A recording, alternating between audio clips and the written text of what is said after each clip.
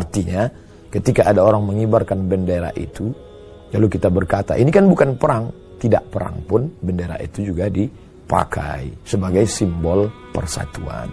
Ketika bendera dinaikkan ke atas, maka pasukan Islam akan berada di belakang. Dan musuh akan menganggap, itu Muhammad sallallahu alaihi wasallam, itu dia. Maka Mus'ab menaikkan bendera, lalu kemudian pasukan Islam berada di belakang. Di saat yang sama, ini berbahaya, kata musuh.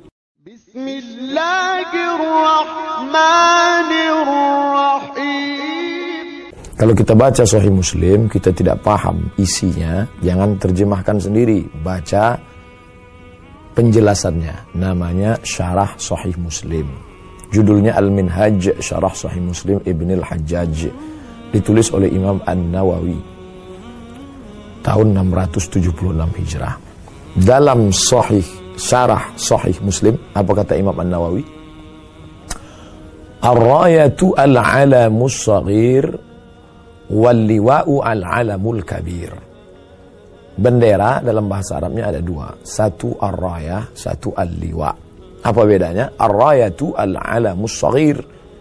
Rayah, bendera kecil yang dibawa oleh pasukan-pasukan kecil.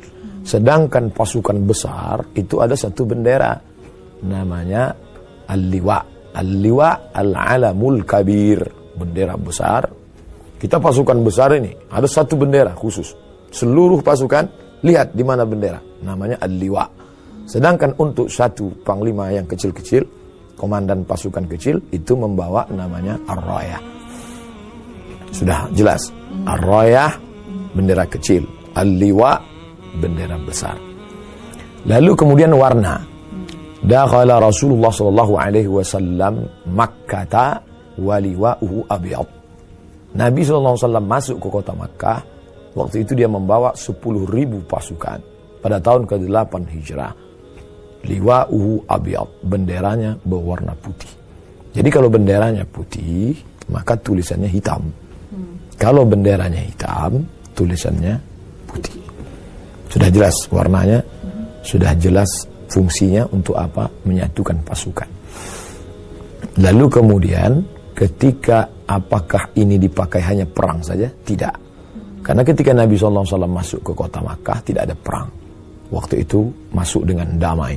Idza jaa nasrullahi wal fath.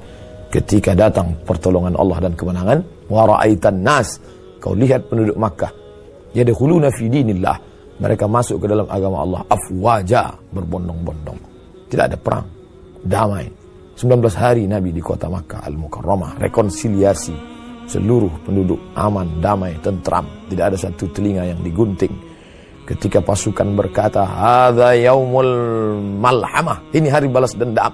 Dulu kalian sobek jantung Hamzah, hari ini kami akan merobek jantung kalian. Tapi kata Nabi, hadza yaumul marhamah, ini hari berkasih sayang. Artinya, ketika ada orang mengibarkan bendera itu, lalu kita berkata, ini kan bukan perang. Tidak perang pun, bendera itu juga dipakai sebagai simbol persatuan. Persatuan umat antara orang Makkah dengan orang Madinah, antara muhajirin dengan ansar, antara orang yang sudah lama Islam dengan yang hatinya lembut, itu disatukan dengan syiar la ilaha illallah Muhammadur Rasulullah. Lalu kemudian, apakah ketika mengangkat itu bertakbir? Ya, hadisnya jelas pada saat perang Uhud. Ketika itu kita tahu perang Badar menang. La taqillu an 50,000 dinarin zahabiyyin. Perang Badar umat Islam memperoleh tidak kurang dari 50.000 keping uang emas dinar. 50.000 keping dinar. Satu dinar itu sekarang 4,25 gram. Jadi kalau 2 juta, maka 50.000 keping. 2 juta kali 50.000 keping, 100 miliar. Menang. Tapi pada tahun ketiga, kalah. Ini Jabal Rumat. Pasukan sudah disusun Nabi, 70 pemanah dari atas. Nanti kalau pasukanku di bawah kalah, kata Nabi, kalian tetap di atas. Andai pun menang, kalian juga tetap di atas. Jangan turun ke bawah. Tapi yang namanya manusia ketika melihat menang di bawah, tergoda, turun mereka. Kacau balau. Pasukan umat Islam hancur.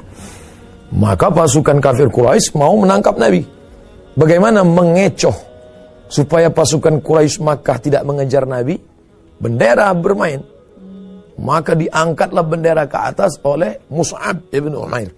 Mus'ab mengangkat bendera ke atas supaya ketika bendera dinaikkan ke atas, maka pasukan Islam akan berada di belakang. Dan musuh akan menganggap, itu Muhammad sallallahu alaihi wasallam, itu dia. Maka Mus'ab menaikkan bendera, lalu kemudian pasukan Islam berada di belakang. Di saat yang sama, ini berbahaya, kata musuh. Karena kalau sudah bendera naik ke atas, pasukan akan bersatu. Karena pemersatunya saat itu, waktu itu tidak ada sound system, tidak ada komando. Maka yang dilihat adalah bendera. Ketika naik bendera ke atas, maka pasukan sudah mulai menyatu. Mereka menyangka itu dia Muhammad ada, sallallahu alaihi wasallam. Mereka mengejar. Ketika mereka mengejar, apa yang pertama kali dihancurkan? Bukan pasukannya diobrak-abrik. Bagaimana supaya bendera ini jatuh? Maka mereka potong itu tangan Mus'ab. Mereka tebas tangan Mus'ab, putus. Bendera itu jatuh. Mus'ab tidak menghiraukan darah memuncrat dari tangannya. Tangan kanannya putus, tangan kirinya mengambil. Supaya bendera tetap. Dengan teriakan Allahu Akbar, dia naikkan ke atas. Maka tangan kirinya itu ditebas juga, putus. Lalu kemudian apa yang dia lakukan? Ujung tangannya yang tidak lagi berjari itu, untuk mengambil tiang itu, supaya dia tetap tegak berdiri. Ketika bendera itu tegak berdiri sambil bertakbir, disitulah datang pasukan Quraisy menusukkan tombaknya 3 kali ke jantung Mus'ab ibn Umair. Dia tusukkan jantung sampai akhirnya mati syahid. Maka ketika selesai, kafir musyrik pulang semuanya ke Makkah. Nabi SAW datang melihat jenazah-jenazah itu. Maka tampaklah jenazah Mus'ab. Apa kata Nabi SAW? Mus'ab, ketika kau hidup, tidak ada pemuda Madinah yang lebih ganteng, rambutmu rapi. Tapi hari ini pakaianmu lusuh. Penutup jenazah Mus'ab hanya burdah, kain pendek. Ditarik ke kepala, terbuka kakinya. Ditarik ke kaki, terbuka kepalanya. Kata Nabi, tutup kepalanya. Kakinya bagaimana ya Rasulullah? Tutup dengan izkhir. Izkhir adalah seperti lalang, tapi wangi, tumbuh di gurun pasir. Pasang, tutup kaki. Begitulah Mus'ab mempertahankan bendera Rasulullah sallallahu alaihi wasallam. Ini harus kita ceritakan kepada anak-anak kita, supaya mereka mengerti sejarah, supaya mereka menghormati agama, supaya mereka tidak melecehkan simbol-simbol. Kita ketika masih kecil dulu, masih ingat ketika berkawan, berteman-teman, main layang-layang, mandi di sungai. Ketika ada clash dengan kawan, kita ambil batu. Ini ayah kau kan? Ini ayah kau kan? Ini bapakmu kan? Nih bapakmu kan? Kita marah. Kita bukan marah pada batu. Kita marah kan itu bapak kita. Ini bicara tentang simbol. Sedangkan batu saja anak kecil tahu bagaimana marah, bagaimana emosi. Mengapa kita tidak marah? Mengapa tidak emosi? Nabi SAW tidak marah. Nabi tidak marah ketika berdarah tumitnya. Dia hanya mengaku ilaika ashku dha'fa quwwati wa qillata hilati wa hawani bainan nas. Nabi SAW tidak marah ketika patah giginya. Semua sahabat meminta, berdoalah ya Rasulullah, engkau punya doa mustajab. Kalau engkau berdoa, rata mereka ini dengan tanah. Tapi Nabi tidak. Kata Nabi, syafa'atan li ummati.